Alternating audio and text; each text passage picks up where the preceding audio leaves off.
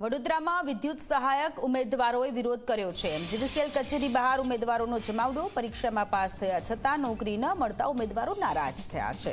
પરીક્ષામાં પાસ થયેલા ઉમેદવારોને વિદ્યુત સહાયકની ઇલેક્ટ્રિકલ આસિસ્ટન્ટ તરીકેની નિમણૂક આપવાની માંગ છે। ધારાસભ્ય અનંત પટેલે ઉમેદવારોને ટેકો જાહેર કર્યો છે। કોંગ્રેસ પ્રદેશ અધ્યક્ષ અમિત ચાવડા પહોંચ્યા। ઉમેદવારો સાથે આંદોલનમાં અમિત ચાવડા જોડાયા। એફઆરટી કોન્ટ્રાક્ટ પ્રથા રદ કરી કાયમી ભરતી કરવાની માંગ છે। 3250 ઉમેદવારોએ વિદ્યુત સહાયકની ભરતી માટે પરીક્ષા આપી હતી। 1300 પાસ થયા, જેમાં 79 લોકોની ભરતી કરવામાં આવી। દાહોદ, મહીસાગર, વડોદરા, પંચમહાલ, છોટાઉદેપુર, આણંદ, ખેડા જિલ્લામાં ઉમેદવારો રજૂઆત કરવા માટે આવ્યા। આ એમના હક અધિકારની લડાઈ છે। આ યુવાનો કોઈ પાકિસ્તાનના રહેવાસી નથી। આ યુવાનો ગુજરાતની ધરતીના છે। આ યુવાનો ના પરિવારના ટેક્સના પૈસાથી સરકારની તિજોરી જમા થાય છે, તો એમનો હક અધિકાર મળે એ સરકારે માગણી સ્વીકારવી જોઈએ। વિદ્યુત સહાયકની ઇલેક્ટ્રિકલ આસિસ્ટન્ટની ભરતી કરવામાં ન આવતા આજે જે પાસ થયેલા ઉમેદવારો છે તેઓ એમજીવીસીએલ અને જીવીએલની જે કચેરી છે તેની બહાર વિરોધ પ્રદર્શન કરવા માટે આવ્યા છે। આપ જોઈ શકો છો કે અલગ અલગ જિલ્લામાંથી આવેલા તમામ જે પાસ થયેલા ઉમેદવારો છે તેમની માંગણી છે કે જો પરીક્ષા લીધી હોય અને તેઓ પાસ થયા હોય તો તેમને ભરતી કરવામાં આવે અને કાયમી ભરતી કરવામાં આવે। સાથે જ તેઓ કહી રહ્યા છે કે એફઆરટી કોન્ટ્રાક્ટ જે છે તેને રદ કરવામાં આવે। મહત્વની બાબત છે કે આ તમામ વિદ્યુત સહાયક ઉમેદવારોની વાત સાંભળવા માટે ખુદ કોંગ્રેસના ધારાસભ્ય અનંત પટેલ અહીંયા વિરોધ પ્રદર્શનમાં જોડાયા છે। આપણે ઉમેદવારો સાથે વાત કરીશું। શું નામ છે તમારું, ક્યાંથી આપ આવ્યા છો? મારું નામ ભાર્ગવ તડી છે, હું ડભોઈથી આવેલો છું। ભાર્ગવ, શું વિષય છે તમારો?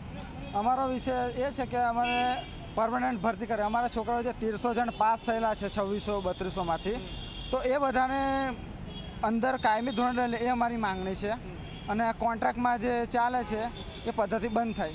અત્યારે તાજેતરમાં 79 લોકોને ઓર્ડર આપ્યા, તો કેટલા લોકોને ઓર્ડર આપવાની વાત છે? ઓર્ડર આપવાની એવી કોઈ આ લોકો જ્યારે ભરતી પ્રક્રિયા ચાલુ કરે છે ત્યારે આ લોકો કંઈક આટલા માણસ લેવાને એવું નક્કી નહીં કરતા, અને પછી ઓર્ડર આપે તો આજે આ 79 આપે છે, હવે 2 મહિના પછી પાછા બીજા 50 આપશે, એમ કંઈ ભરતી પ્રક્રિયાને બહુ લાંબી પ્રક્રિયા ધરાવે છે। અને બહુ એટલે આજે ઉમેદવારો છે એમનું ભવિષ્ય ખરું એ જેની ઉંમર વધી જતી એ લોકોને તકલીફ પડે છે। સેકન્ડ વસ્તુ એવી છે કે જે એફઆરટી પ્રક્રિયા આ લોકોએ એફઆરટી કોન્ટ્રાક્ટ પદ્ધતિ ચાલુ કરી છે એની અંદર બિન અનુભવી લોકોને લેવામાં આવે છે, અને આ પાસ થયેલા ઉમેદવારોને નિમણૂક આપવામાં આવતી નથી, અને આખી કોન્ટ્રાક્ટ પદ્ધતિ નાખવાની છે। એટલે અમે એફઆરટીનો વિરોધ કરીએ છીએ, અને ભાઈ જે ભરતી પ્રક્રિયા ચાલે છે એની અંદર જગ્યાઓ વધારે, અને જગ્યાઓ જે ભરતી પ્રક્રિયા ચાલુ થાય ત્યારે જગ્યાનો અમને બતાવે કે આટલી જગ્યા પર અમે ભરતી કરવાના છીએ।